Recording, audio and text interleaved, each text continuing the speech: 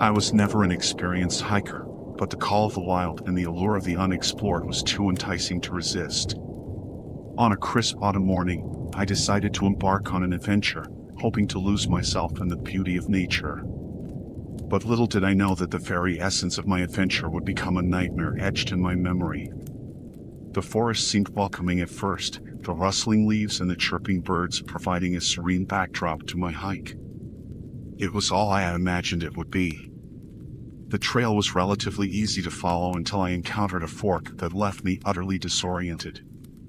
With no cell signal to consult my GPS, I made a choice that would forever alter my life. As I ventured deeper into the woods, the beauty of nature seemed to give way to a sense of isolation and unease. My heart began to race, and I was forced to confront the reality that I was lost. Nightfall descended quickly, the woods growing eerily dark. The haunting sounds of nocturnal creatures echoed through the trees. The chilling realization that I was far from any civilization gnawed at my nerves.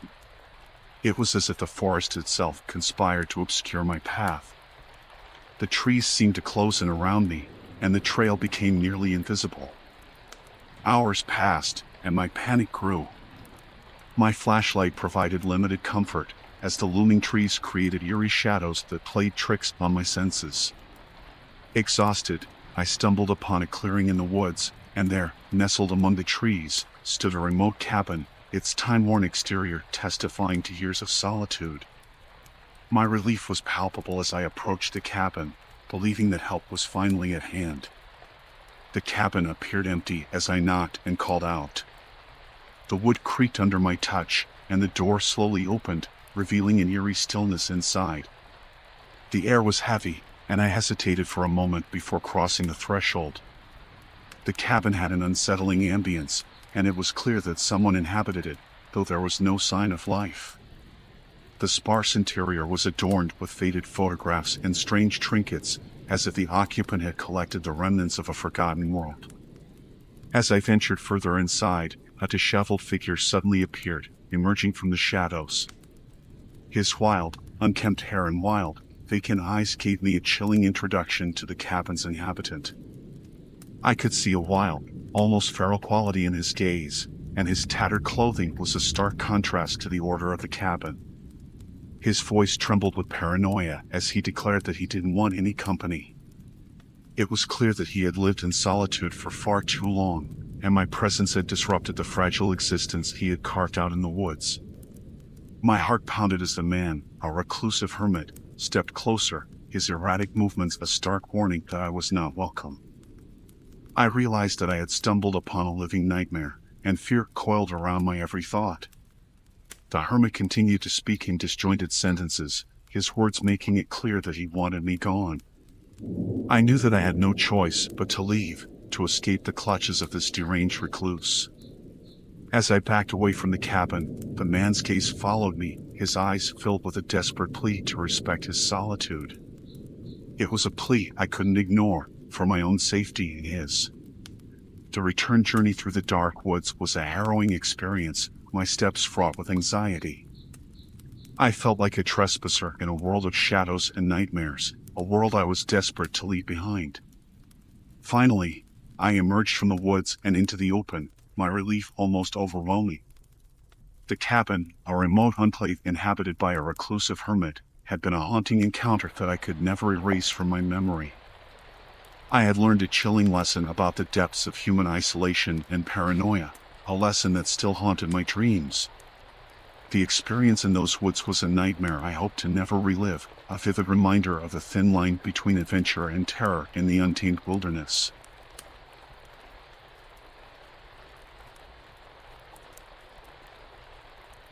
I've always been an avid hiker, venturing into the woods whenever I could to escape the hustle and bustle of everyday life. It was on one of these hiking excursions that I stumbled upon something I'd never forget, a chilling encounter that still haunts my every thought. It was a crisp autumn day when I set out on an unfamiliar trail, eager for a new adventure. The dense forest swallowed me whole as I pushed deeper into the woods. Birds chirped above, leaves crunched beneath my boots, and the solitude of the wilderness wrapped around me like a comforting embrace. Little did I know that this time, the forest would embrace me in a completely different way. The trail became narrower, more obscure, and I was soon surrounded by towering trees whose branches blocked out the sun. I noticed a subtle shift in the atmosphere, a sense that I was no longer alone in these woods.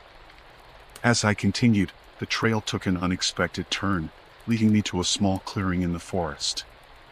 In the center of the clearing sat an inconspicuous mound covered with leaves and branches, a secret hidden beneath the forest's veil. Curiosity got the best of me, and I began to dig away the debris, revealing an old, rusted steel hatch. It was as if someone had purposefully buried this entrance. My heart raced as I hesitated, but the urge to uncover the mysteries that lay beneath was too strong to resist. I yanked at the hatch, its hinges creaking with the effort. The earthy smell of the forest was replaced by a damp, musty odor as the hatch swung open, revealing a dark and narrow stairwell that descended deep into the earth. A shiver ran down my spine as I peered into the abyss below. With trembling legs, I descended into the underground world, the darkness swallowing me whole. The stairwell led to a corridor, where a dim overhead light provided faint illumination. My flashlight pierced the shadows, revealing a long, narrow passage with doors lining each side. As I ventured deeper, a low murmur echoed through the corridor, growing louder with each step. The voices became distinct, but what I heard sent chills down my spine. The people who inhabited this underground bunker were convinced that the apocalypse had already occurred.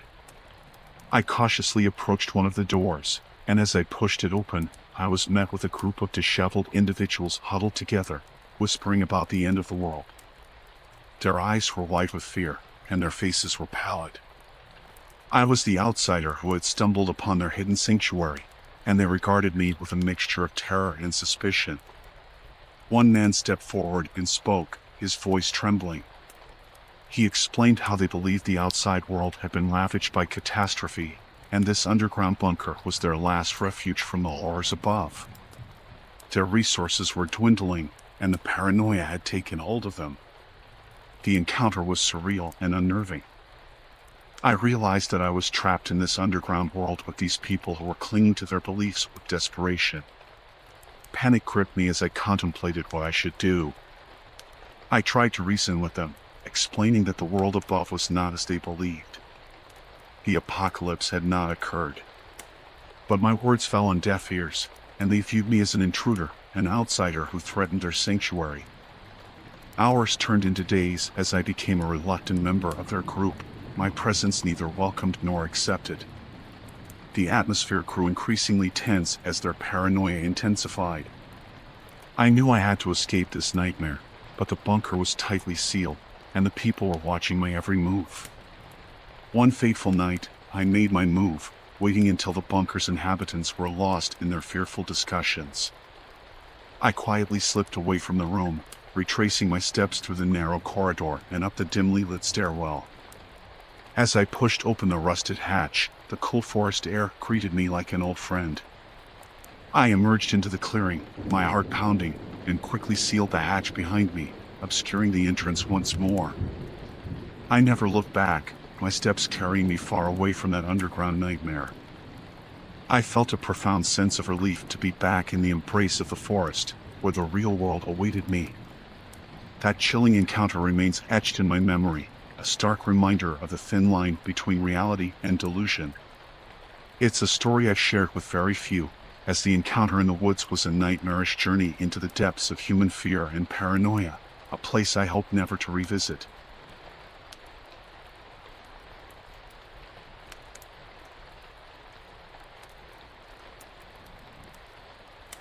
It was supposed to be a family bonding experience, our annual camping trip deep in the heart of the remote woods.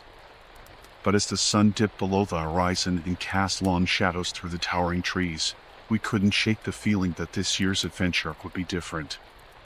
Our family consisted of me, my wife, Emily, and our 2 children, Lily and Daniel. We picked a remote spot for our campsite, far away from the beaten path. The wilderness was pristine, and the only sounds were the gentle rustling of leaves in the breeze and the occasional bird's call. But on the second night, that tranquility was shattered. We were huddled around the campfire, roasting marshmallows, when we heard faint, muffled voices echoing through the trees. It was like they were trying to keep their conversation hidden from anyone nearby. Emily and I exchanged puzzled glances while our kids seemed oblivious, lost in their marshmallow roasting. Curiosity got the best of me, and I decided to investigate. I moved quietly through the woods, drawn to the distant whispers. It was as if a magnetic force compelled me to find the source of those hushed voices. The moonlight pierced through the leaves, illuminating a small clearing where I found a group of strangers. 3 men were gathered around a shallow, makeshift grave, their faces tense and anxious. They looked up when they saw me, and their expressions turned hostile. I tried to speak, to ask them what they were doing, but one of the men held a finger to his lips, demanding silence. I could barely see into the hole they dug, but it was clear that something lay there, a lifeless form wrapped in a tattered sheet. The hushed voices now made sense, and a chill ran down my spine. Desperation filled the air as the men glanced between one another, as if weighing their options. It was then that I noticed their bloodshot eyes and torn clothing. Their appearance told a story of survival against the odds. It was as if they'd just emerged from a life-or-death struggle, and the body in the grave was their would-be assailant. My mind raced, piecing together the horrific puzzle. I understood why they'd come out here to bury a body, why they spoke in hushed tones. They had fought off someone who had tried to kill them, someone who had forced them to take a life in self-defense. As I backed away slowly, my heart pounding, the men remained tense but said nothing. They didn't see me as a threat but as a witness. The message was clear: we had to do this to survive. Don't interfere. I returned to our campsite, my face pale and filled with dread. The story I told Emily was too terrifying to be believed, but as we discussed it, we came to a grim conclusion. We had 2 choices. We could pack up our family and retreat into the night, leaving behind the chilling secret we'd stumbled upon, or we could stay and pretend we knew nothing. We chose the latter, not out of fear, but out of understanding. The woods had become a battleground for those desperate men, and it wasn't our place to judge or meddle in their horrifying struggle. We held our children close and tried to forget the nightmare that lurked just beyond the trees. That night, as we lay in our tent, we couldn't escape the unease that washed over us.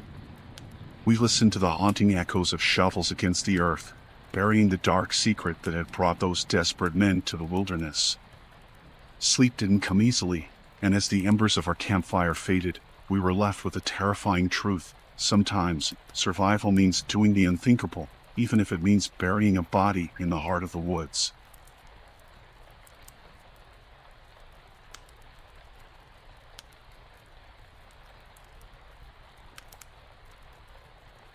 The forest, thick and unyielding, was a place of solace and adventure for me, a seasoned hunter who knew these woods like the back of my hand. I had ventured into the wilderness countless times, but that fateful day would prove to be unlike any other.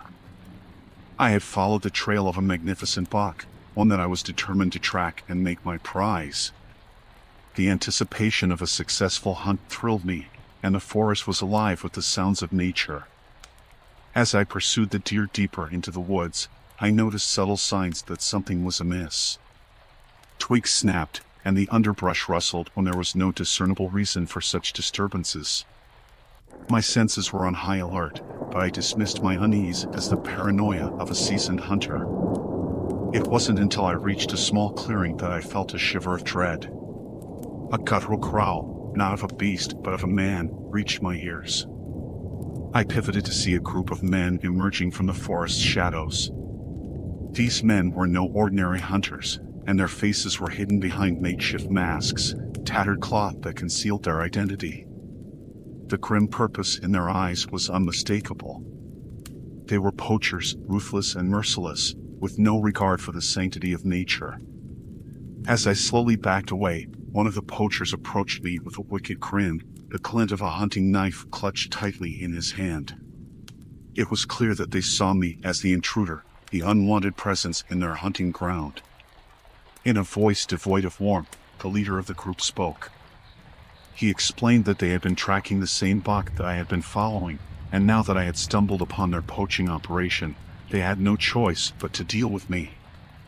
The menace in their tone made it clear that I was not dealing with simple trespassers. These poachers were prepared to eliminate any threat to their operation. I retreated further, attempting to maintain my composure, but my mind raced with fear. I knew that I was outnumbered and outgunned, with little chance of escape. I couldn't help but wonder if they had done this before, if they had encountered hunters like me and made them disappear into the wilderness. As the situation grew dire, I realized that the only chance for survival was to rely on my knowledge of the forest. I had to disappear into the woods and outmaneuver my pursuers.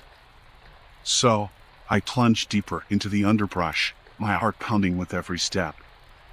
The forest, which had once been my ally, became a labyrinth of confusion and uncertainty. The poachers followed me with unyielding determination, their footsteps closing in as they encircled me. I knew that I couldn't keep this up for long. Desperation overcame me, and I made a reckless move, climbing a tree in an attempt to gain a higher vantage point. From my new perch, I observed the poachers searching the forest below, their gruff voices growing closer. I watched as one of them, the leader, approached the base of the tree. He looked up, his cold eyes locking with mine. The chilling smile he wore sent shivers down my spine. I knew that I had been found out. With a swift motion, he beckoned to his companions, and they began to scale the tree. Panic consumed me, and I climbed higher, pushing my body to its limits. But they were relentless, closing the distance between us. My only option was to make a daring leap to a neighboring tree. I took the risk, leaping through the air, and narrowly managed to grab onto a branch. My heart raced as I clung to the tree, my breaths coming in ragged gasps. The poachers were below me now, cursing and shouting as they tried to track my movements. But I was no longer their prey. I had become the hunter once more, using the forest to my advantage.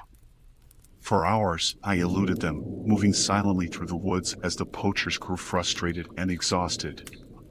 The tables had turned, and I was the one toying with them, forcing them to experience the fear that had gripped me earlier. As the sun began to dip below the horizon, I knew that I had a small window of opportunity to escape. I made my move, circling around the poachers and slipping away into the night. I was no longer the hunted, I was free, and the forest was my ally once more. As I made my way back to civilization, I couldn't help but reflect on the harrowing encounter I had endured. The woods, once a place of solace, had become a realm of terror, and I knew that I had narrowly escaped a fate that would have sealed my demise.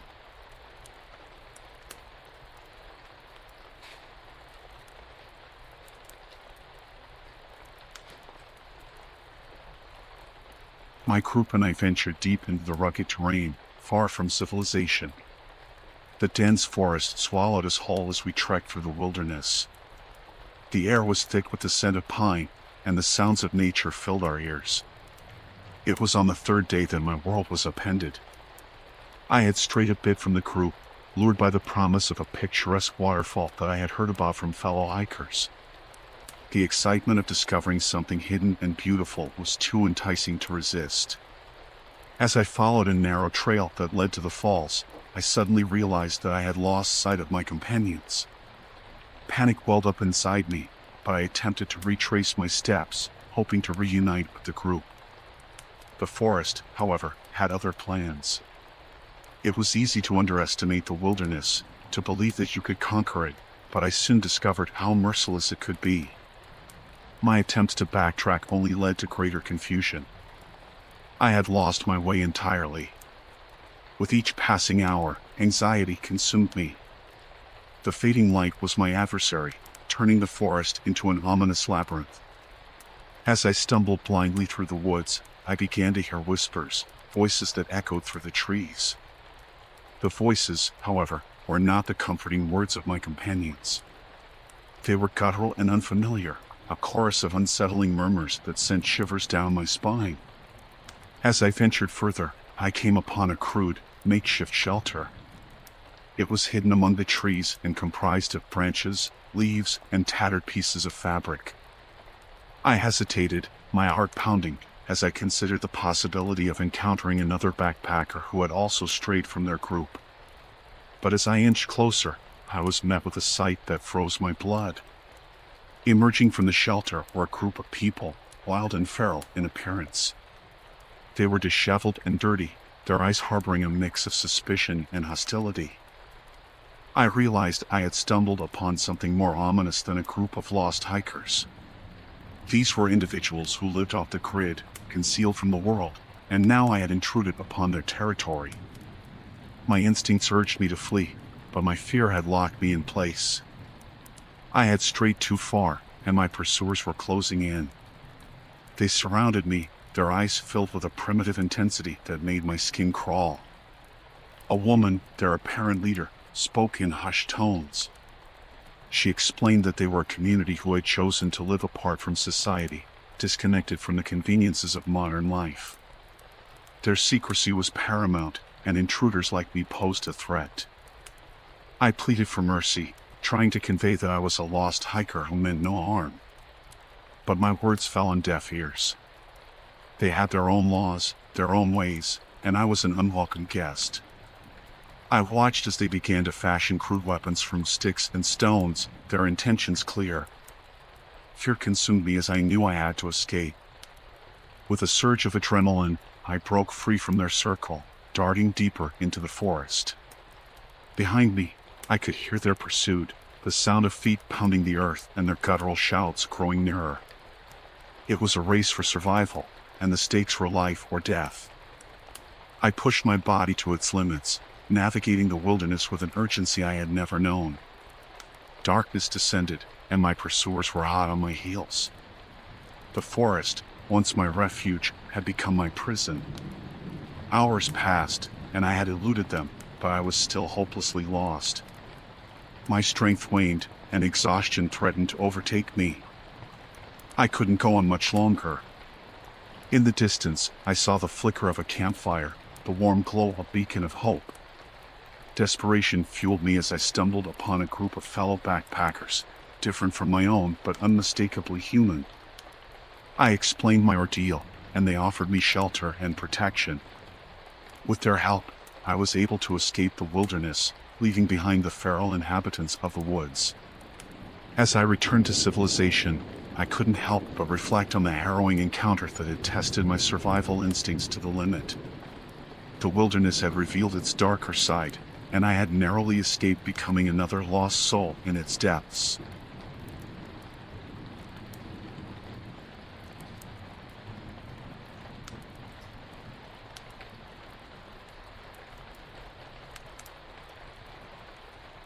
This happened around 4 years ago now. We were a group of friends, drawn together by our love for the great outdoors and the thrill of camping in the wilderness. Little did we know that our weekend trip would take a chilling turn, forever etching the memory of that night into our minds. The sun was setting as we set up our campsite in a secluded part of the woods. The air was thick with the scent of pine, and the only sounds were the gentle rustling of leaves and the distant chirping of crickets. It was the perfect setting for a peaceful getaway. As night fell, we gathered around the campfire, sharing stories and laughter. The crackling flames provided a sense of comfort, and the darkness beyond our campfire circle seemed distant and unthreatening. But that illusion was shattered when one of us noticed a faint, flickering light deeper in the woods. At first, we dismissed it as a trick of the night, perhaps the glow of distant headlights or another camper's fire. However, the light began to grow brighter and more distinct. Curiosity got the best of us, and we decided to investigate. Armed with flashlights, we ventured into the woods and soon discovered the source of the eerie glow. Hidden among the trees, a group of people in hooded robes were gathered around a makeshift altar. The scene that unfolded before us was like something out of a nightmare. The cultists chanted in a language we couldn't understand, their voices rising and falling in an unsettling cadence. At the center of their ritual was a grotesque effigy, an abomination of twisted branches and animal bones. The cultists appeared frenzied, their movements wild and disconcerting. It was clear that we had stumbled upon a disturbing ceremony, and our presence went unnoticed in the beginning. Whispers among us debated whether we should retreat immediately and report what we had seen to the authorities. But as we turned to leave, a branch snapped loudly underfoot, drawing the attention of the cultists. In an instant, their heads snapped toward us, and a collective hush fell over their assembly.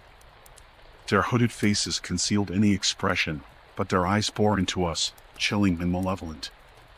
Panic seized us as we turned and fled, our flashlights cutting through the darkness. The cultists were in pursuit, their eerie chanting growing louder with each step. We scrambled through the underbrush, our breaths ragged, and the forest became an inky labyrinth. Fear coursed through us, and we knew that we were being hunted. The cultists' pursuit was relentless, and they were gaining ground.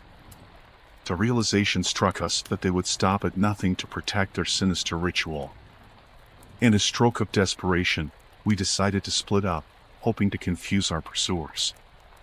It was a heart-wrenching decision, but it offered the slimmest chance of survival.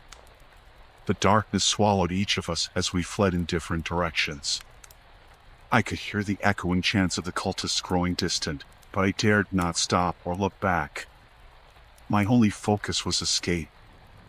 Hours passed as I navigated the treacherous terrain, guided solely by the beam of my flashlight. My body ached, and my heart pounded with each step. I couldn't stop until I was certain I had eluded the cultists. Finally, I emerged from the woods, breathless and drenched in sweat. I had been separated from my friends, and fear gnawed at me as I contemplated their fates. The police were called, and a search was initiated for the cultists, but they had disappeared without a trace. There were no signs of the disturbing ritual we had witnessed. In the end, I was left with a harrowing memory of that night, a night that had transformed a simple camping trip into a nightmarish ordeal.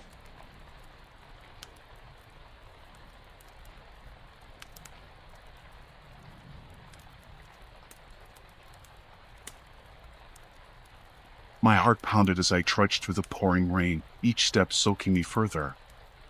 The storm had come out of nowhere, and I was miles from civilization with no shelter in sight. Lightning flashed, briefly illuminating the dense forest around me, and thunder rumbled like an angry beast. The rain-soaked woods concealed the trail, and I was lost. My only hope was to find refuge until the storm passed. That's when I saw a decrepit, abandoned cabin nestled among the trees. The cabin was a weathered relic, its windows broken, and its wooden planks swollen with moisture. It was far from inviting, but with the rain coming down in torrents, it was my only chance to escape the deluge. Cautiously, I pushed the creaking door open, revealing a dark interior. My flashlight's feeble beam illuminated a single, dusty room. The air was heavy with the smell of decay, and cobwebs clung to the corners. There was a sense of abandonment, as if no one had set foot in this place for years. As I made my way further inside, I noticed a dilapidated table and a few chairs, their condition matching that of the cabin itself. On the table lay an open journal, its pages yellowed and brittle. Flipping through it, I discovered entries from a previous occupant, detailing the cabin's isolation and the creeping sense of unease they had felt. I couldn't help but shiver. The journal mentioned strange noises in the night and shadows moving outside the windows. The author's writing grew frantic as the days passed. As I continued my exploration, I found a narrow staircase leading to a lower level. The dimly lit basement revealed even more signs of abandonment: a rusted toolbox, rotting shelves, and a rickety cot. It was then that I heard a faint sound, like the softest of whispers. It seemed to echo from deep within the cabin. My heart raced as I strained to listen, unable to pinpoint the source. The rain outside intensified, the relentless drumming on the roof echoing the growing tension inside the cabin. Then, I heard it again, the whispering. I couldn't make out any words, but the sound seemed to surround me, coming from every direction. Fear clawed at me as I realized I was now alone in the cabin. My flashlight revealed nothing out of the ordinary, and the sense of being watched was suffocating. I retreated to the upper level, my back pressed against the wall. The whispering continued, rising and falling in an eerie crescendo. I thought of the journal's entries, of the fear that had gripped the previous occupant. Panic coursed through me, but I had to stay put, seeking refuge from the storm outside. The hours crawled by as I clung to the upper level of the cabin, my flashlight a feeble beacon in the oppressive darkness. The whispering persisted, and I could swear I saw shadows moving at the corners of my vision. The storm outside eventually subsided, but my fear had grown stronger. I couldn't explain the bizarre phenomenon that had taken hold of the cabin. I thought of leaving, but the thought of stepping back into the storm was equally terrifying. With trembling hands, I clutched the journal from the table, hoping to find answers. The final entry, penned with frantic urgency, told of the previous occupant's escape, leaving the cabin forever. They mentioned a presence that grew more malevolent with each passing day. I couldn't wait any longer. I had to leave the cabin, whatever the risks outside. I descended the creaking stairs, the whispering growing louder and more ominous. The shadows seemed to reach out for me as I fled the cabin, drenched by the still falling rain. The relief of the open forest was short-lived, as the whispering continued to echo in my ears. I couldn't shake the feeling that the cabin's malevolent presence had followed me. To this day, I can't forget that abandoned cabin or the haunting whispers that remain etched in my memory. I'll never know what entity or presence had taken up residence there, but I had felt its sinister, lurking malevolence, and it left me with an everlasting sense of dread.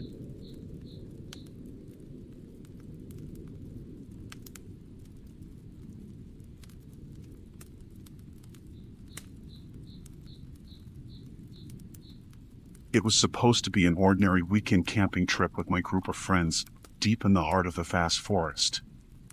Little did we know that it would turn into a nightmare, unlike anything we had ever experienced. We had heard rumors of an abandoned trapline somewhere in the woods, and curiosity got the best of us. The idea of exploring an old, forgotten hunting area seemed exciting. So, we set out with our camping gear and a sense of adventure. The forest was dense, the trees towering over us like ancient guardians. We trekked for hours, relying on our GPS to lead us to the rumored trapline. It was difficult to ignore the oppressive feeling of isolation and the eerie silence that seemed to envelop the woods. When we finally arrived at the location marked on the GPS, we were met with a sight that sent shivers down our spines. An old, crumbling cabin stood before us, its wooden walls covered in moss, and its windows long shattered. It looked like no one had been there for years. Despite the initial unease, our adventurous spirits led us to explore the cabin's decaying interior. It was clear that no one had lived there in a very long time. Rusted traps, old hunting gear, and tattered remnants of clothing lay scattered about. As we ventured further into the woods, we discovered a network of overgrown trap lines. The remains of animals that had been caught in the traps were still scattered about, a testament to the cabin's dark history. The mood grew more somber with each find. Our curiosity got the better of us, and we decided to follow the old trapline, hoping to find the end of the trail. The path grew narrower and more overgrown with each step, and we were struck by a sense of being watched. Suddenly, one of my friends, Sarah, screamed. We rushed to her side and found her standing near a trap, her face pale with shock. Inside the rusted jaws of the trap was a human hand, decaying, skeletal, and half covered by dirt. The gruesome discovery sent shockwaves through the group.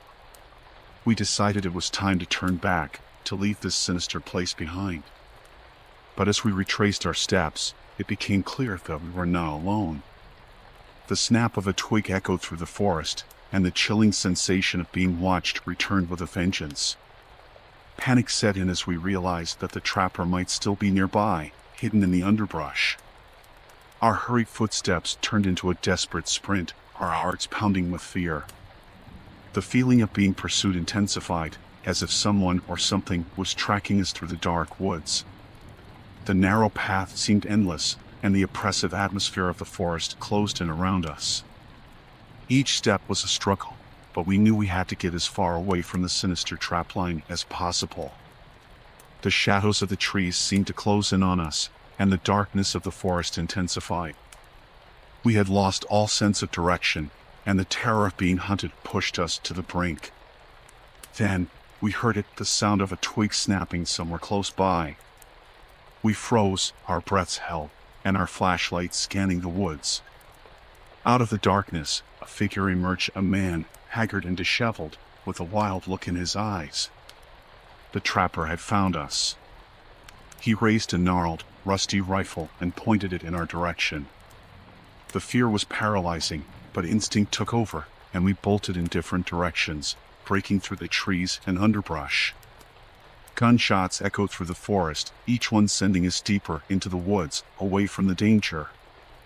The rain began to fall heavily, but we didn't stop running, driven by pure terror. Hours passed before we finally stumbled upon a main road, and a passing car was our ticket to safety. We told the driver about the sinister trapline, and they called the police. We were taken to safety, but the image of the trapper's menacing eyes remained etched in my mind.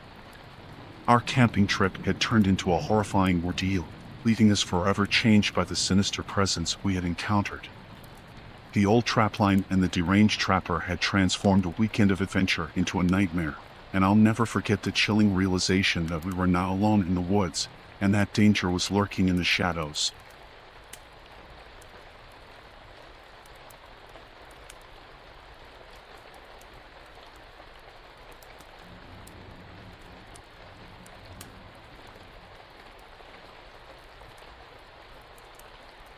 It was an overcast day when I set out on a solo backpacking trip deep into the remote woods, a place I'd always found solace in. The towering trees offered a welcome escape from the chaos of the world, and the promise of solitude was my primary attraction. My journey took me along winding trails and through untouched wilderness. As I navigated the dense underbrush and crossed babbling streams, the thought of being truly alone in this wilderness was both exhilarating and daunting. After several days of hiking and setting up my camp each evening, I stumbled upon a clearing that held a long-forgotten campsite. The remains of a fire pit and a weathered tent frame greeted me. It was as if the past camper had vanished into thin air. Curiosity got the better of me, and I began to explore the site. My eyes fell upon a weathered leather-bound diary, half buried in the dirt. With trembling hands, I picked it up and gently dusted off the pages. Its owner had noted the date and the location, the same woods I now found myself in. As I began to read, I was immediately captivated by the words on the pages. The diary belonged to a man named Robert, who had embarked on a similar solo journey. The entries started off as typical camping experiences, but soon took a dark turn. Robert wrote of hearing whispers in the night and feeling an ever-present sense of being watched. His entries became increasingly paranoid, describing shadowy figures moving at the edge of his vision and distant, eerie laughter. As I read on, the diary revealed that Robert's grip on reality had started to slip. He wrote of seeing grotesque faces in the gnarled tree bark, and he mentioned waking up in the dead of night to find his tent surrounded by figures cloaked in darkness. I felt a growing unease as I continued to read Robert's account. His descriptions grew more erratic, his fear palpable through the words on the page. He wrote of fleeing deeper into the woods, a growing sense of foreboding, and the inescapable feeling that he was descending into madness. The diary entries took a disturbing turn when Robert described a nightmarish encounter with a group of shadowy figures, their eyes glinting malevolently in the moonlight.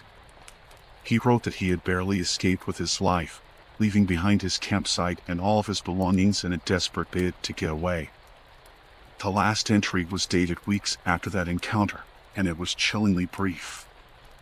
Robert had written only a few words, his handwriting shaky and frantic. "They're coming for me. I can hear them whispering my name. I can't escape. I can't." I closed the diary, my hands trembling. The forest, once a source of peace, had taken on an eerie, menacing atmosphere.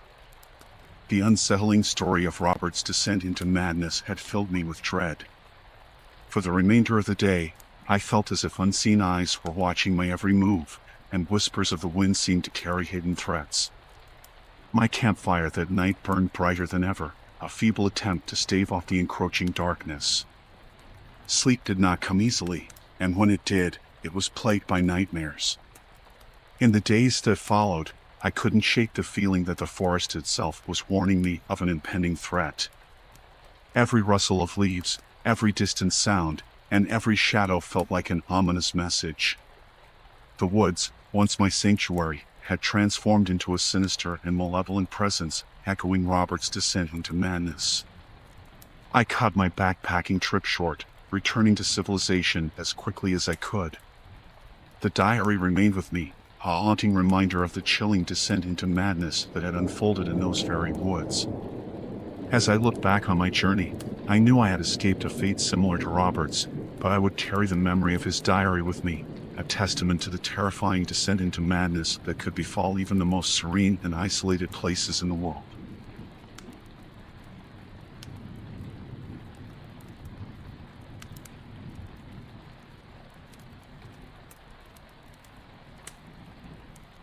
My wife and I had planned a peaceful weekend getaway in a secluded cabin nestled deep within the woods. The promise of quietude, the crisp mountain air, and the chance to disconnect from our busy lives was irresistible. Little did we know that our idyllic escape would soon transform into a nightmare. The cabin, surrounded by towering trees and a serene lake, had a rustic charm that we found enchanting. We arrived in the late afternoon, and the golden light filtering through the leaves set a serene tone. We spent our first evening sipping wine by the fireplace, the crackling flames warming our hearts. We hadn't a care in the world, wrapped in each other's company, and it seemed that the world outside had faded away. That sense of tranquility was shattered the next morning. I woke to find our front door slightly ajar. My heart quickened as I realized that something was amiss. We had locked the cabin securely before retiring for the night.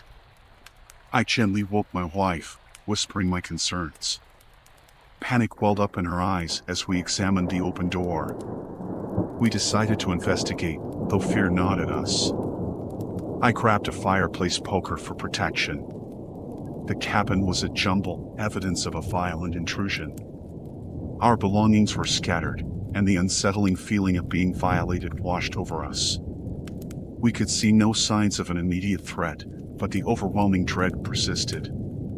My wife and I exchanged frightened glances, silently conveying the need to leave immediately. As we backed out of the cabin, I noticed that my wife's jewelry box had been emptied, and a few pieces lay abandoned on the floor. Our sense of security crumbled. We retreated to our car, hearts pounding, and I hastily drove away from the cabin. It was only as we reached the nearest town that we dared to breathe a sigh of relief. We reported the break-in to the authorities, who promised to investigate. As we waited in the safety of a motel room, our nerves remained frayed. We couldn't shake the feeling that our intruder may still be lurking nearby. The police arrived at the cabin, but their search yielded no clues. They assured us that it was safe to return. However, my wife and I were not convinced. Returning to the cabin that evening was an ordeal. The once charming fireplace now appeared sinister, the open door a gateway to terror. We had lost our peace of mind. The night was fraught with tension. Every rustle outside seemed to herald the return of the intruder. Sleep eluded us, and our vigilance remained unbroken. As the early hours of morning approached, the atmosphere grew increasingly oppressive. The haunting silence of the woods was shattered by the muffled sound of footsteps outside. My heart raced, and I awakened my wife, who shared my terror. We huddled in the cabin, waiting for dawn. The intruder was still out there, perhaps watching us, lurking in the darkness. With the first rays of sunlight, we made a hasty escape from the cabin, fleeing to the nearest town. We never returned to that place, leaving our weekend getaway behind with the hope that we would forget the nightmare that had unfolded. Our escape was a breath of fresh air, but the fear of the intruder continued to haunt us. Our retreat into the woods had become a chilling ordeal, and the peaceful cabin a place of unspeakable horror. We would forever be plagued by the unknown identity of the person who had violated our private space and shattered our sense of security. Our idyllic getaway had become a living nightmare, and the haunting realization that our intruder may still be lurking nearby remained with us long after we left the woods behind.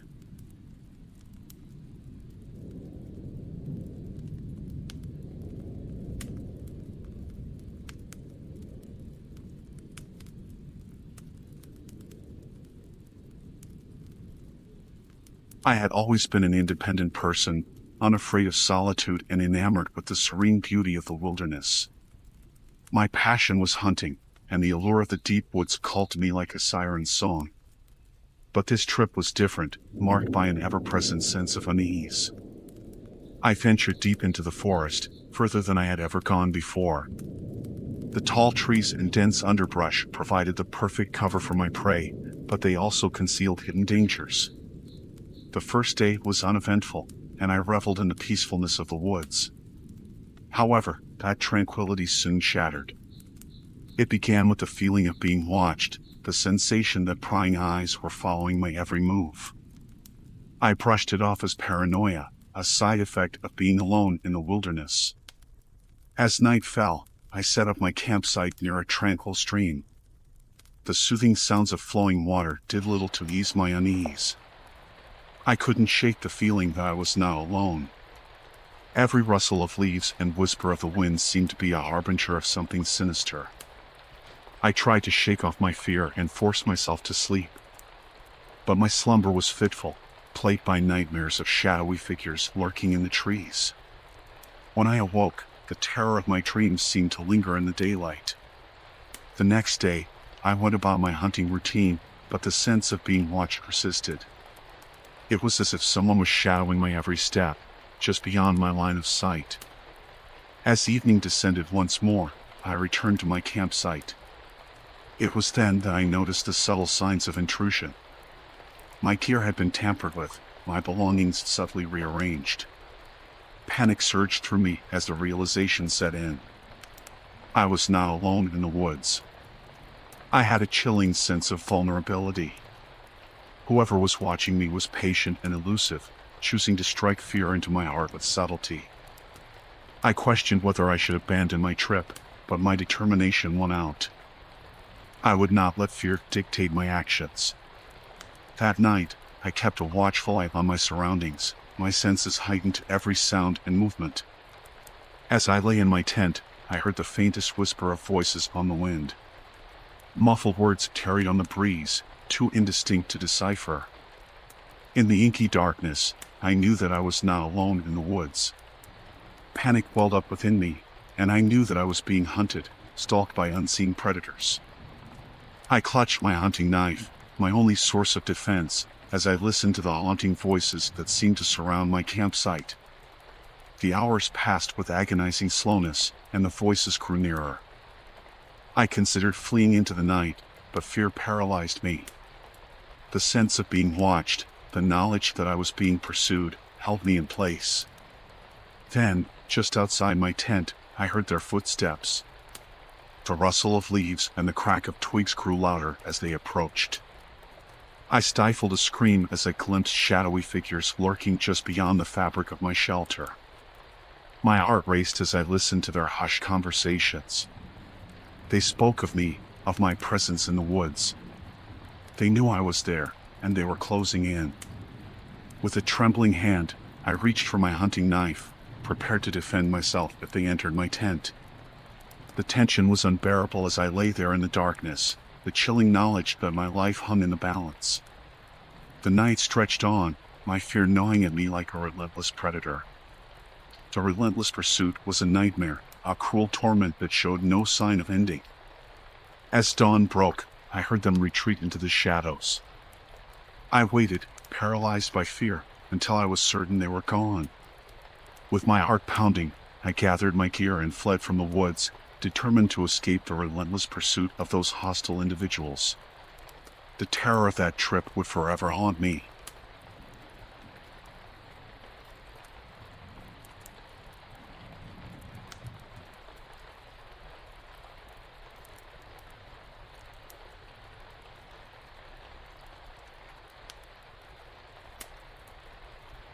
My job as a forest ranger had always been solitary, but I had never experienced anything like this before. My watchtower stood tall in the heart of a remote forest, far from civilization. I enjoyed the peace and solitude, but this time it was different. It began with an unusual rustling in the underbrush below the tower. I brushed it off as an animal, but the sense of unease lingered. It was as if something was lurking in the shadows of the forest, just beyond my sight. One evening, as the sun dipped below the horizon and the forest was cloaked in darkness, I saw a figure moving among the trees. The stranger was a silhouette against the dim light, and their presence sent a shiver down my spine. I couldn't make out any details from my height, but the stranger seemed to be circling the watchtower. It was as if they were studying the structure, seeking a way to approach without being detected. The first time I spotted them, I decided not to alert the authorities. After all, it was not unusual for hikers or campers to venture near the watchtower. But each night, the stranger returned, and their actions grew increasingly sinister. They would sometimes stand just beyond the reach of the watchtower's feeble light, their shadowy form a disconcerting presence in the dark. On other occasions, they would approach the tower, their movements calculated and stealthy. My sleepless nights took a toll on me. Fear crept into my every thought, and I couldn't shake the sense that the stranger had a sinister purpose. I wondered if I should call for help, but I had no concrete evidence to report. Then, one moonless night, the stranger's intentions became chillingly clear. As I scanned the forest below, I saw them carrying a bundle that appeared to be a lifeless body. Panic surged through me, and I knew I had to act. I radioed for law enforcement and guided them to the watchtower. It was a tense wait, and the stranger's presence continued to haunt me as I kept watch from above. When the authorities arrived, the stranger vanished into the night, leaving only the eerie feeling of their malevolent intent. The authorities combed the forest, and they discovered a hidden campsite deep in the woods. The campsite held disturbing evidence of foul play, and they concluded that the stranger had likely committed a heinous crime. I never found out the full details of the investigation, but I had a sinking feeling that the stranger's sinister purpose extended far beyond what we could comprehend. The remote watchtower had been my sanctuary, but it had also been the setting for a nightmare that would forever haunt my memories.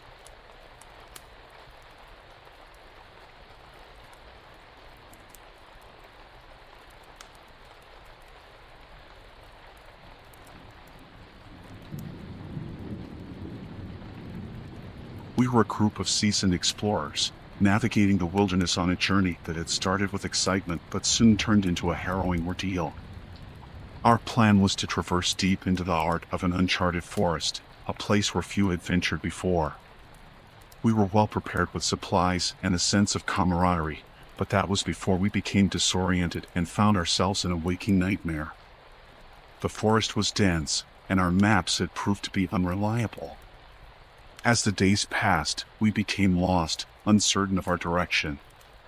The dense canopy blocked the sun, making it nearly impossible to get our bearings. Panic started to set in, and we were no longer explorers, but desperate individuals struggling to survive. One overcast afternoon, we stumbled upon a makeshift campsite deep in the forest. Tattered tarps hung between trees, and a rickety shelter sat at its center. We cautiously approached, hoping for help or directions. That's when we encountered him, the deranged recluse. He was a wild-looking man, his hair matted and his clothes in tatters. He emerged from the shelter with an unsettling grin, his eyes devoid of sanity. In his gnarled hand, he clutched a crude, homemade spear. His speech was disjointed, a mix of incoherent mumbling and words that barely made sense. He told us that he had been living in isolation for years, that the forest was his domain, and he viewed us as intruders. It was clear that he was mentally unhinged, a hermit who had lost touch with reality. We tried to reason with him, explaining our dire situation, but our words fell on deaf ears. He became increasingly agitated, waving the spear menacingly. It was clear that he saw us as a threat to his solitary existence, and he was willing to defend his territory at any cost. With no other option, we slowly backed away, leaving the deranged recluse and his desolate campsite behind. As we continued our journey through the wilderness, our thoughts were haunted by the chilling encounter. We had ventured into the unknown, but we never expected to find a man who had lost himself to the solitude of the forest. Days turned into weeks as we struggled to find our way back to civilization. The memory of the deranged recluse remained etched in our minds, a stark reminder of the dangers lurking in the wilderness. Our journey had transformed from an exploration into a fight for survival, and it was a nightmare we would never forget.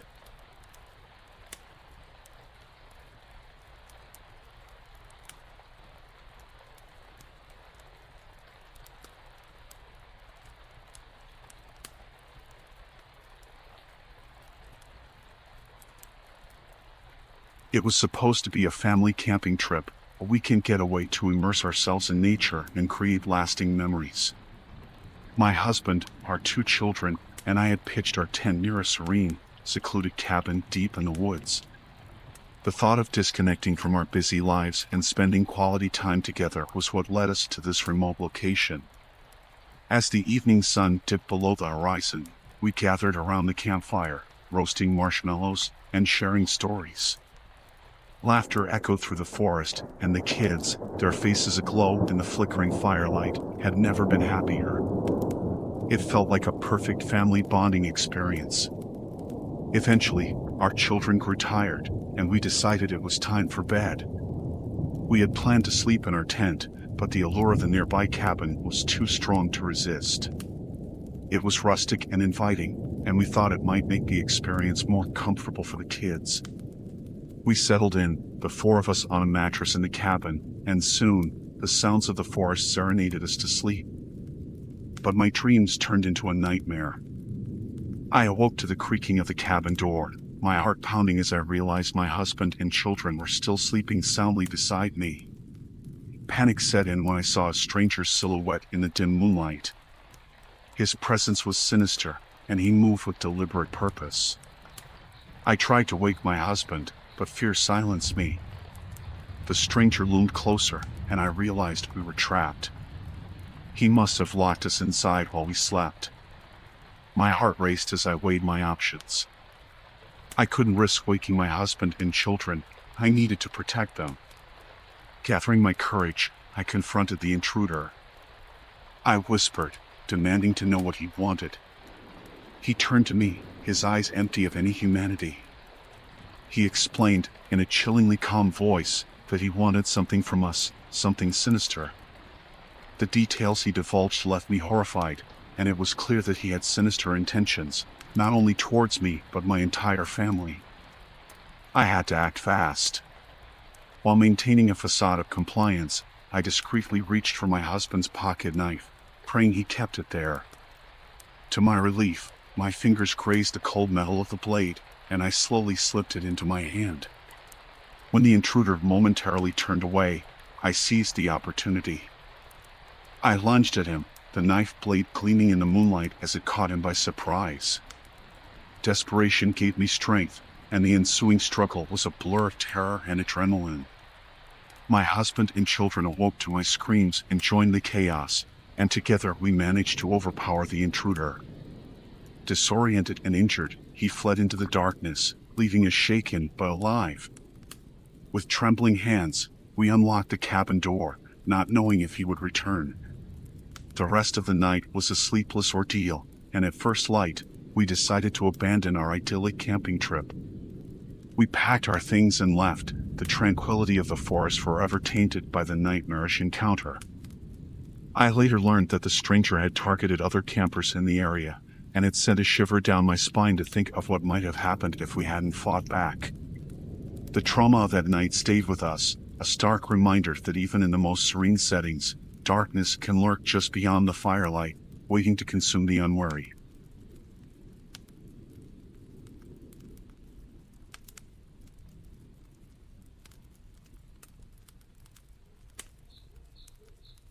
My life had been simple, peaceful even, as I found peace in my remote cabin nestled deep in the woods. The tranquility of nature had always been my closest companion, providing me with the serenity I had longed for. But that solitude came to an abrupt and nightmarish end one evening. It started with a subtle feeling of being watched. At first, I brushed it off as my imagination, but the unease gnawed at me. As the days passed, the sensation intensified, growing more sinister with each glance over my shoulder. I knew I wasn't alone. One evening, as I gazed out my cabin window into the darkened forest, I saw a figure among the trees. It was motionless, shrouded in a mask that concealed its identity. Panic surged through me as our eyes met, and then, with the speed of a shadow, the stalker vanished into the night. I called the police, but in the remote wilderness, their response was slow, and when they arrived, they found nothing but the deafening silence of the woods. There was no evidence, no trace of the intruder. Night after night, the masked stalker returned. I could hear their silent presence lurking among the trees, watching, waiting. The torment was relentless, and sleep became a luxury I could no longer afford. My nerves frayed as each night passed. In the depths of despair, I decided to confront the stalker. Armed with a flashlight and my trembling resolve, I ventured into the forest. The woods closed in around me, and every rustle of leaves was a threat. The confrontation was chilling. I found myself face to face with the masked figure, their presence suffocating. They never spoke a word, but their eyes bore into my soul. Desperation coursed through me, and I realized I was dealing with someone who was relentless and unhinged. My resolve shattered, and I fled back to the cabin, my heart pounding in my chest. The stalker didn't follow, and when I peered out the window, they were gone, leaving me with nothing but the chilling certainty that they would return. With every passing day, the torment intensified. I barricaded myself in the cabin, fearing the impending night. Sleep deprived and consumed by paranoia, I knew I had to take action. I gathered my belongings and left my cherished cabin behind. I sought refuge in the city, but even there, the presence of the masked stalker lingered in my mind. The experience haunted me, and the peace I had once known was forever shattered. Though I escaped the remote cabin and the sinister figure that had tormented me, the scars of that nightmare clung to my soul. I never learned the identity of the stalker, but their silent, masked presence would forever haunt my dreams, a testament to the terrors that can hide within the solitude of the wilderness.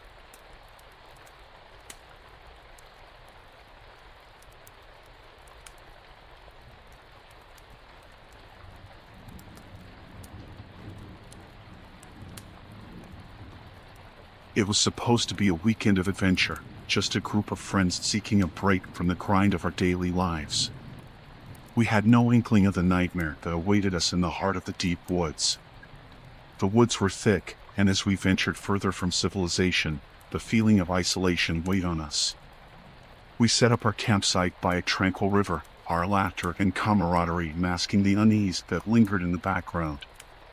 As the sun dipped below the horizon, we decided to explore deeper into the forest, thinking we'd stumble upon hidden treasures or some long-forgotten mystery.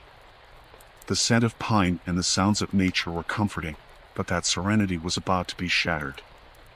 We trudged through the dense underbrush, our flashlights cutting through the darkness. That's when we saw it, a faint light in the distance. We moved cautiously, our curiosity getting the better of us. The sight that met our eyes was beyond our worst nightmares. A remote compound, hidden from the world, illuminated by eerie yellow lights. Men with cold, calculating eyes were moving cargo, loading and unloading crates from trucks. We knew we had stumbled upon something nefarious. Drugs, guns, who knew what they were trafficking? Panic set in, and we quickly retreated into the forest, fearing we'd been spotted. But the forest had grown darker, more menacing. The rustling of leaves became a foreboding symphony, and every shadow felt like a lurking threat. We knew we had to expose the operation, to bring it to the authorities. We watched the compound from a hidden vantage point, gathering evidence of the criminal activities that were taking place. Our paranoia was palpable as we documented every move, fear gnawing at us. Then, disaster struck. A snapping twig beneath a friend's foot, a moment of inescapable clumsiness. The compound security was alerted, and we were discovered.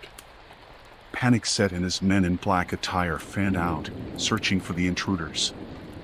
We scattered in different directions, our hearts pounding, our breaths ragged. The forest seemed to conspire against us, our flashlights dimming, the terrain treacherous. I felt a profound sense of dread, the suffocating feeling that we were being hunted. One by one, the friends I had known for years were found and captured. My own predicament was dire, but I knew I had to survive. I couldn't let their sacrifices be in vain. I needed to find help. For days, I navigated the woods, a phantom in the darkness, evading our pursuers and scrounging for food. Fear and exhaustion clawed at my sanity. The weight of knowing that my friends might never be found was unbearable. My escape came when I stumbled upon a small, remote cabin, its resident unaware of the horrors unfolding nearby. I begged for help and contact with the authorities. The cabin's owner was kind enough to lend me his phone, and I reached out to the police, reporting our findings and the dire situation we were in. The police response was swift, and they soon descended upon the criminal compound. The criminals were arrested, and my friends were rescued, battered and traumatized, but alive. Our ordeal was over, but the nightmare would haunt us forever. The deep woods had concealed the darkest of secrets, and our adventure had led us to a hellish ordeal. It was a stark reminder of how quickly a simple quest for adventure could become a fight for survival, and the scars it left would never fade.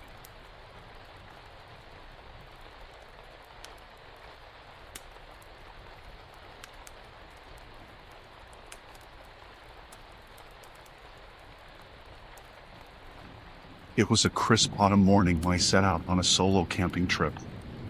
The leaves were starting to turn, painting the forest with a medley of reds and yellows. The sun's warm embrace was inviting, but I would soon find myself yearning for its comforting light. As night fell, I set up camp deep in the woods, surrounded by towering trees that cast long, creeping shadows. The crackling campfire provided some comfort, but the forest seemed to hold its breath, as if waiting for something. That night, I heard the eerie sounds of chanting, the voices echoing through the trees. Curiosity and a touch of fear led me to investigate.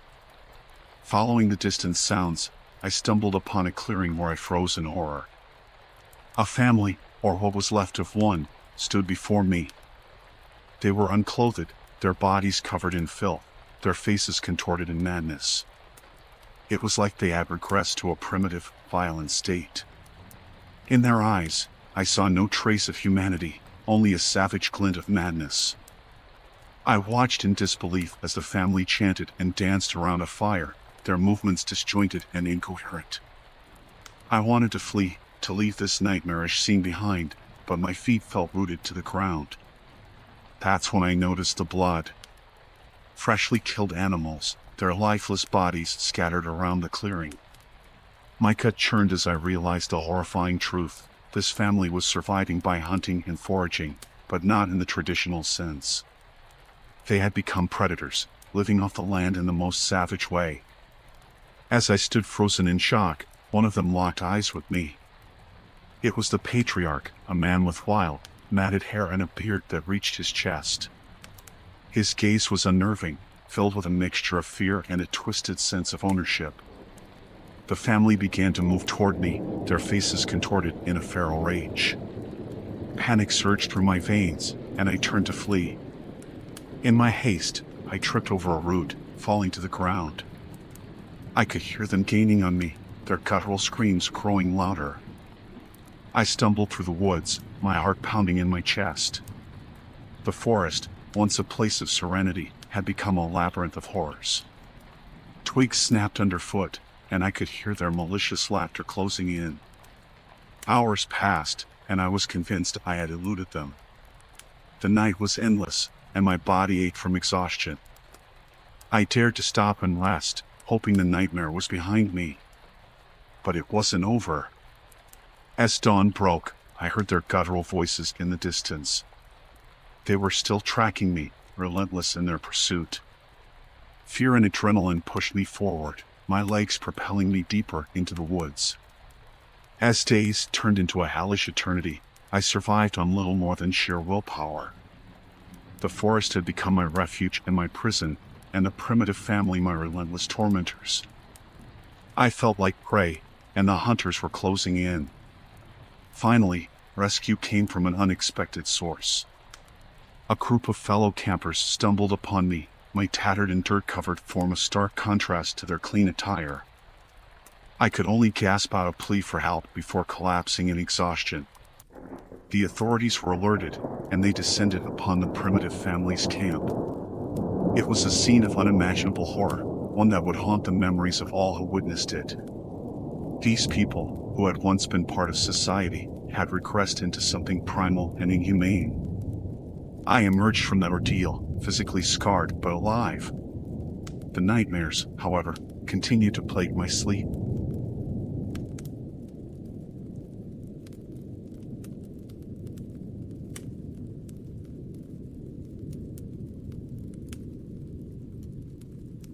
The day began like any other hiking trip with my group of friends.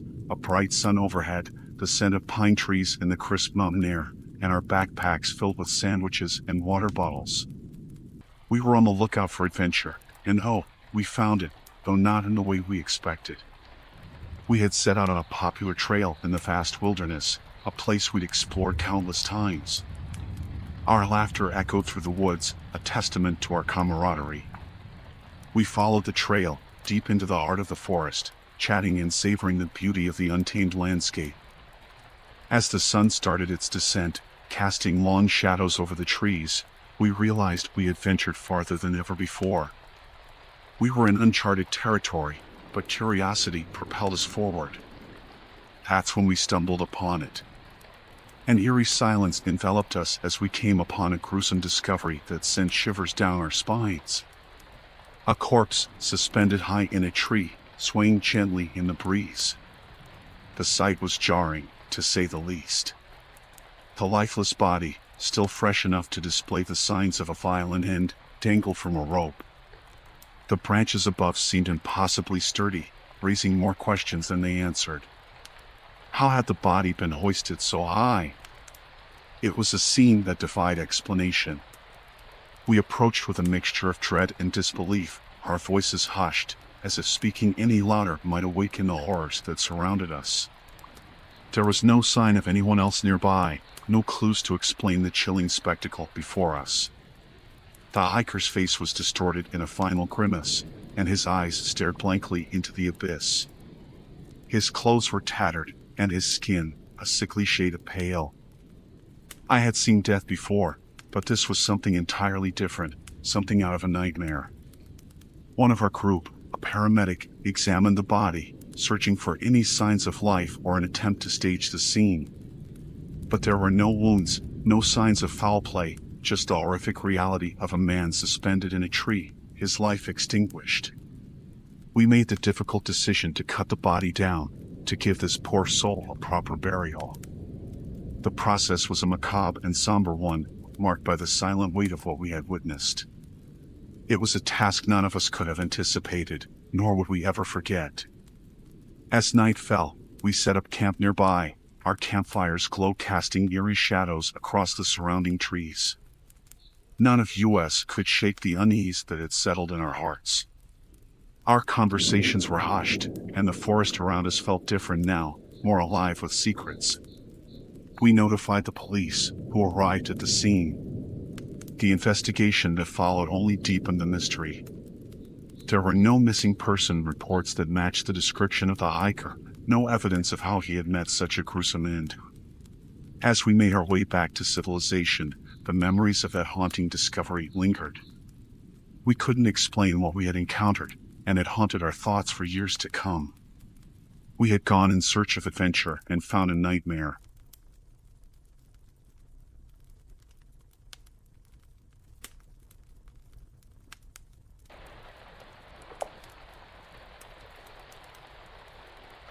My name is Jacob, and what I'm about to tell you happened around 8 years back now.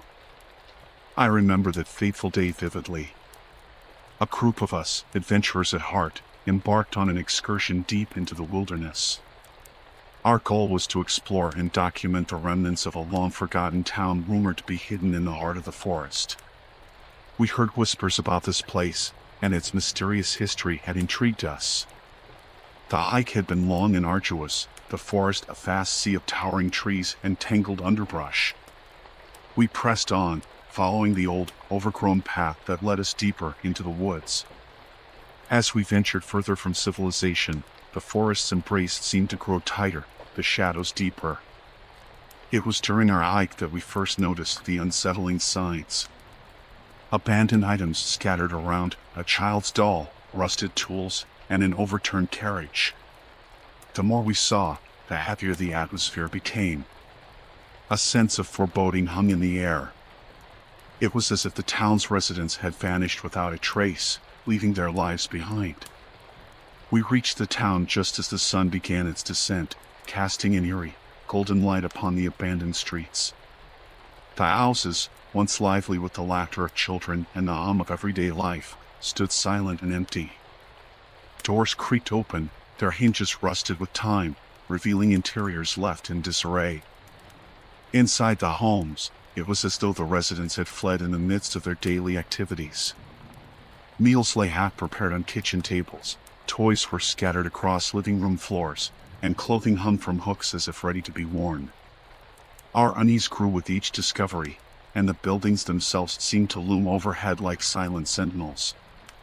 The town square held a crumbling, forgotten monument with the date 1922 etched into its stone. It was a chilling reminder of how long this place had remained untouched by the outside world. In the town church, we found a disheveled journal filled with frantic scribblings. The entries spoke of a growing fear, of strange happenings in the woods surrounding the town. The final entries simply read, "They are coming." As night descended, we decided to set up camp in the town center. Fear clung to our hearts as the forest's symphony of rustling leaves and distant howls surrounded us. Every snap of a twig or rustle of leaves sent shivers down our spines.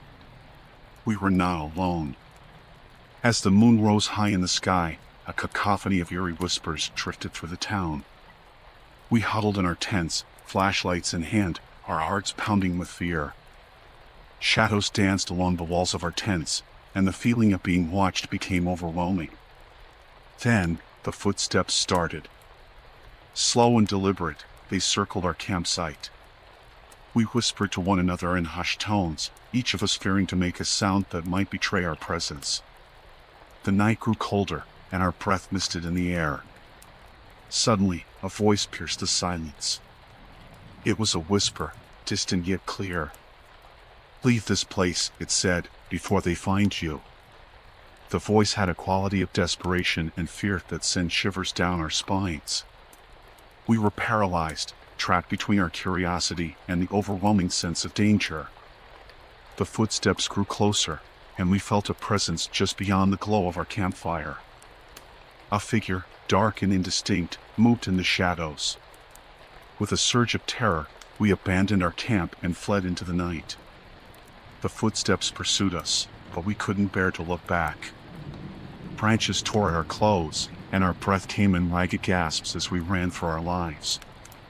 By the time we reached the safety of civilization, we were shaken, our minds clouded by the horrifying encounter. We could never explain what had happened in that abandoned town, or who had whispered that warning in the dark.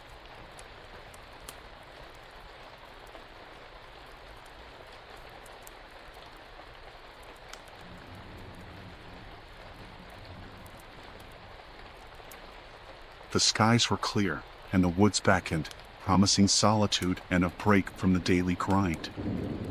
I packed my gear and set off, eager to find the perfect spot for my solo adventure. As I ventured deeper into the forest, I couldn't shake the feeling that something was off. The woods seemed too quiet, the air heavy with an unspoken tension.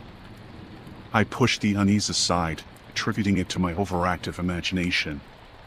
Night fell, and I set up my campsite beneath a thick canopy of trees. The soft glow of the campfire provided a comforting contrast to the darkness that surrounded me. I nestled into my sleeping bag, lulled by the rustling leaves and the occasional hoot of an owl. The sense of unease returned in the early hours of the morning. I awoke to a distant sound, a low rumble like the growl of an approaching storm. It wasn't thunder, though. It was something else, something that sent a chill down my spine. I peered out from my tent, scanning the woods for the source of the noise. That's when I saw them, a group of figures moving through the trees, silhouetted by the faint moonlight. Panic surged through me as I realized they were headed in my direction. I remained hidden in my tent, trying to control my breathing and slow my racing heart. The group drew closer, their movements deliberate and coordinated. The tension in the air was palpable. Then, the real horror began. A spotlight pierced the darkness, sweeping through the woods. I clamped a hand over my mouth to stifle a gasp as the beam passed over my tent. They were hunting me. I could hear their low voices, whispers carried on the night breeze. They were playing a twisted game, and I was the prey. It was a horrifying realization, and my mind raced with thoughts of escape. Carefully, I unzipped the tent and slipped out into the shadows. I had to find a way out of this nightmare. But the forest had grown unfamiliar, and I had no sense of which direction to go. The hunters were still out there, their spotlight cutting through the trees in search of their target. With every rustle of leaves, I felt my heart leap into my throat. I moved silently, my steps careful and deliberate. My knowledge of the woods was my only advantage, and I used it to navigate through the labyrinth of trees. Hours passed in a blur of tension and fear. I could hear the hunters calling to one another, their voices growing more agitated as they failed to find me.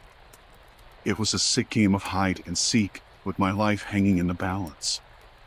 Finally, as dawn broke, I stumbled upon a river. I knew I had to put distance between myself and my pursuers. I waded through the cold, rushing water, the current pulling at my legs. I didn't dare look back until I reached the other side. When I finally turned, there was no sign of the hunters or their spotlight. I was alone, but the fear still clung to me like a second skin. The rest of my escape was a blur of frantic movement. I made my way back to civilization, haunted by the nightmare in the woods. I couldn't shake the feeling that those hunters were still out there, lurking in the shadows, waiting for their next victim. The experience had changed me. The forest, once a place of solace and adventure, was forever tainted by the memory of that night.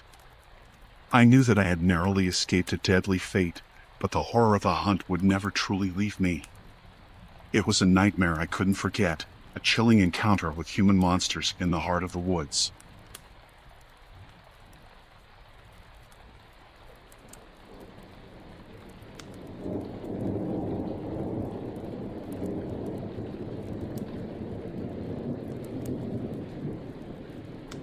A few years ago, a group of friends and I decided to embark on a backpacking adventure. We were eager to explore the great outdoors, to disconnect from the digital world and reconnect with nature. It was an adventure we would come to regret. The forest we chose was remote, a place seldom ventured by others. As we trekked deeper into the woods, we felt a sense of liberation, the weight of the world fading with every step. The dense canopy of trees filtered the sunlight, creating a serene, almost dreamlike atmosphere.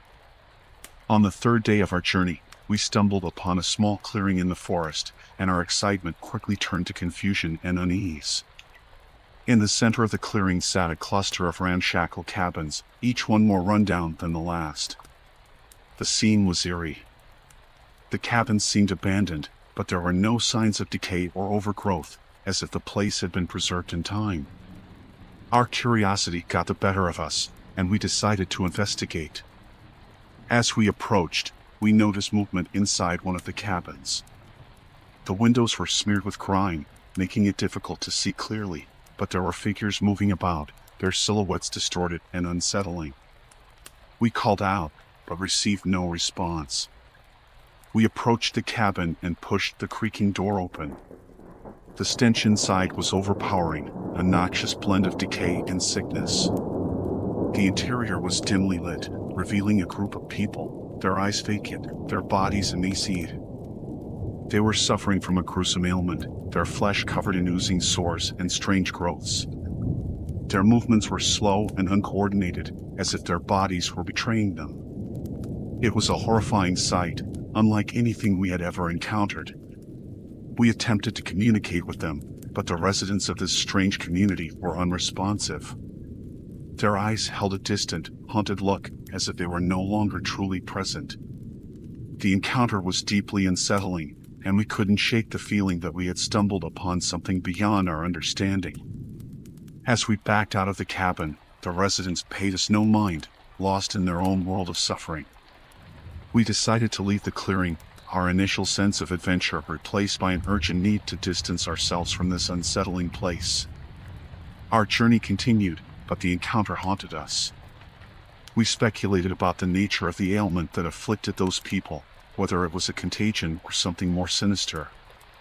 We had ventured into a nightmare, a place where the boundary between reality and horror blurred.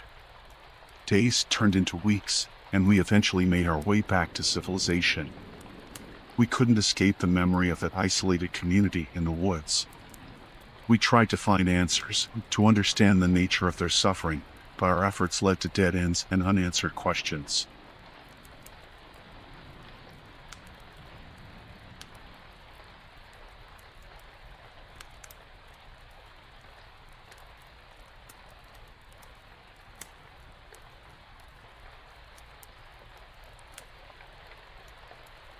I used to love hiking in the woods. The tranquility, the fresh air, the sense of adventure, it was my escape from the hustle and bustle of everyday life. But there was this one hike, the one I'll never forget, the one that still gives me shivers. It was a warm, sunny morning when I decided to explore a trail that was off the beaten path. I'd heard from a local that there was an old campsite deep in the woods, a place that hadn't been used in decades. Curiosity got the best of me, so I packed my gear and started my journey. The hike started out like any other. The forest was alive with the sound of birds, and the sun filtered through the leaves, casting dappled shadows on the ground. I felt a sense of adventure, an anticipation of discovering something hidden in those woods. Hours went by, and I felt like I'd ventured deeper than I'd ever gone before. The trail was getting less defined, but I pressed on, following my instincts and the occasional signs left by previous hikers. As the sun began to set, I stumbled upon something that made my heart race. An old, dilapidated campsite stood before me, with moss-covered tents, rusted pots and pans, and a fire pit that hadn't seen flames in ages. It looked like a scene from a long-forgotten horror movie. I approached cautiously, my hiking boots crunching the fallen leaves beneath my feet. The place was eerie, but I couldn't help myself from investigating further. And then, I found the photographs, dozens of them, scattered among the ruins. The photographs were old and faded, but the disturbing scenes they depicted were crystal clear. They showed a group of young campers, happy and carefree, in the early stages of their camping trip. But as I flipped through them, the mood darkened. In one photo, they were huddled around a campfire, but their faces were contorted with fear. I continued to flip through the photographs, each one more unsettling than the last. It was as if the joyful camping trip had descended into madness. In one, a student was bound to a tree, a look of terror in their eyes. In another, someone had scrawled a chilling message on a tent with what looked like dried blood. We had no choice. Fear gnawed me as I pieced together the story. It seemed like the camp guides had turned on the students. I couldn't imagine what could have driven them to commit such unspeakable acts deep in the woods. The sun had set completely, and darkness surrounded me. My heart pounded in my chest as I realized I was alone in a place that had seen horrors beyond my imagination. I knew I had to get out of there, but the feeling of being watched crept over me, and the forest felt denser, more sinister than ever. As I hurried back along the trail, I couldn't shake the dreadful images from the photographs. What had happened in those woods? And were the ones responsible for the horrors still lurking in the darkness, waiting for another unsuspecting hiker like me? I had to find my way back to civilization, but the sinister secrets of that campsite continued to haunt me, leaving me with nightmares that would last a lifetime.